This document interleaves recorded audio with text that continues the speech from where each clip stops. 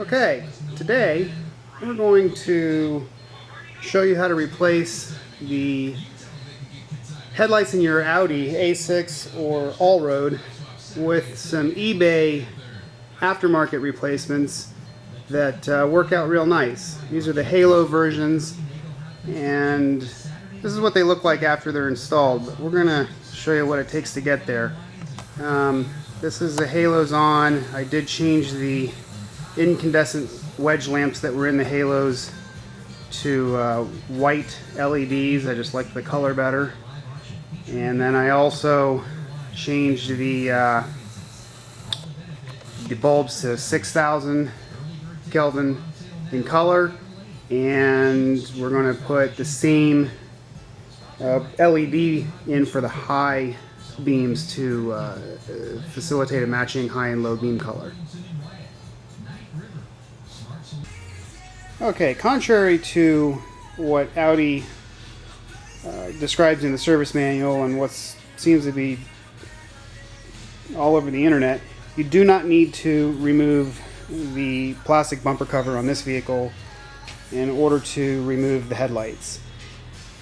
What you need to do is know where the three screws are, and two of them are real obvious.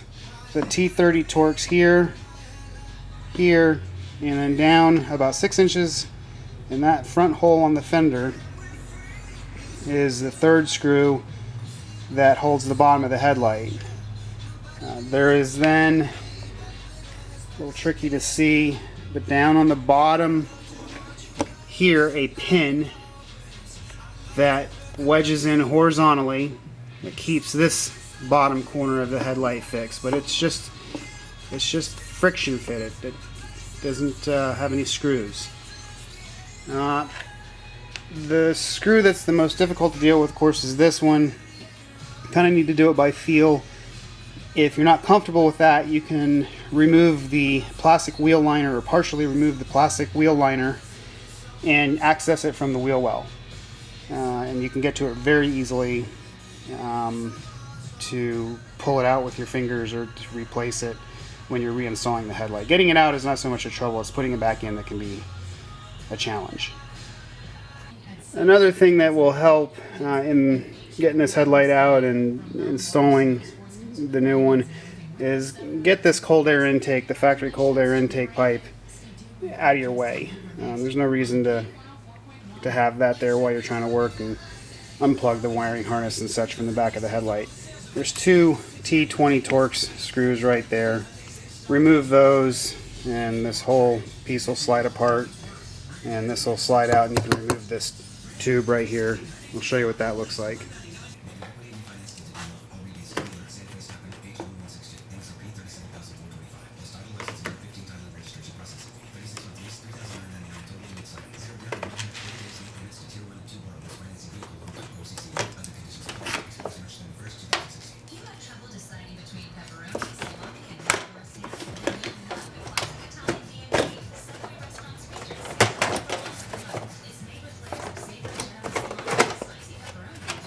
Those three pieces out of the way definitely gives you some better access. Okay, we're going to remove the T30 Torx screws, and the first two are obvious and easy. The third one is much like these, and it has a large head or washer, I don't recall which, but you're not going to pull it through that hole. It's going to have to stay down in there. You can retrieve it after the headlight's out, but it's got a big head on it, and the hole is half the size of the head. But the hole is big enough to get the driver through. And you just feel around, and we're locked in.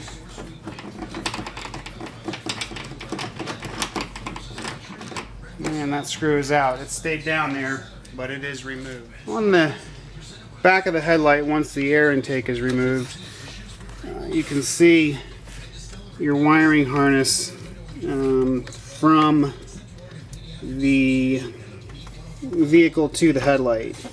That's down here, there we go, on the bottom, and it's a 10 pin connector that runs the high beams, the low beams, the parking light, and the motor that runs the headlights up and down. On an Allroad, the headlights run up and down based on vehicle height and vehicle loading automatically. You do not have manual control over them. That connector's not fun to disconnect.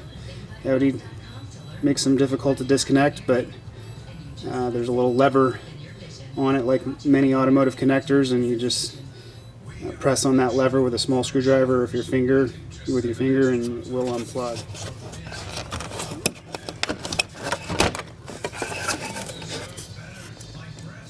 This is what the lever looks like, so you know what you're trying to get at. It's on the bottom, and it's right there. And it's a little tricky the first time. Once it's been disconnected once or twice, it's easier to get it undone. As you can see, the headlight is loose, but not jumping out of the vehicle. This is where a little finagling comes in. I'll put the camera on the tripod and we'll see how we do. Okay, so the headlight, like I said, it is a trick. And the biggest part of the trick is on the right hand side. There's a pin. It will become much more obvious once it's out. And if you know what you're trying to achieve, it'll help.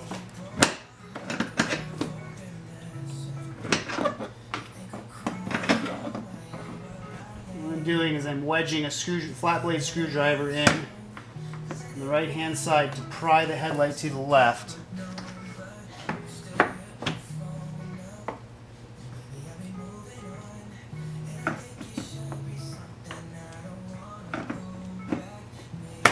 There we go.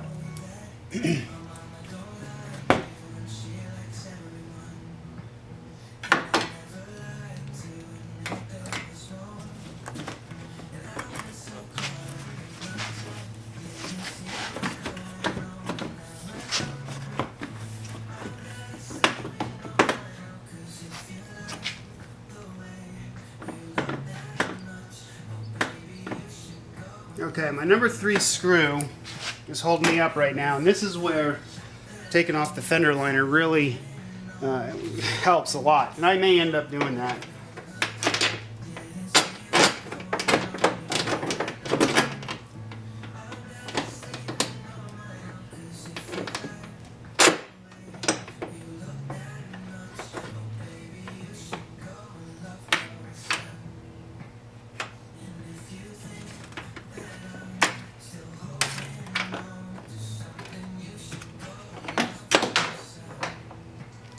Okay, it's out.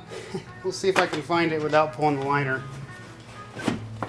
Now we've got the headlight moving around quite a bit, and this is where just finding just that right angle, boom, you know, and it will come out.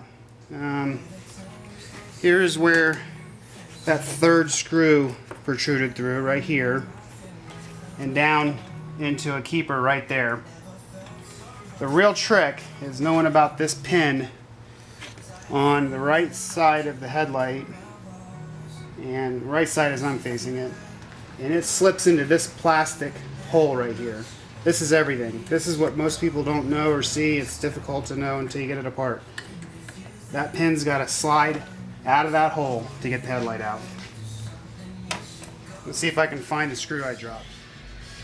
Okay. Again, for clarity, just so you know what you're fighting when you're taking this headlight out.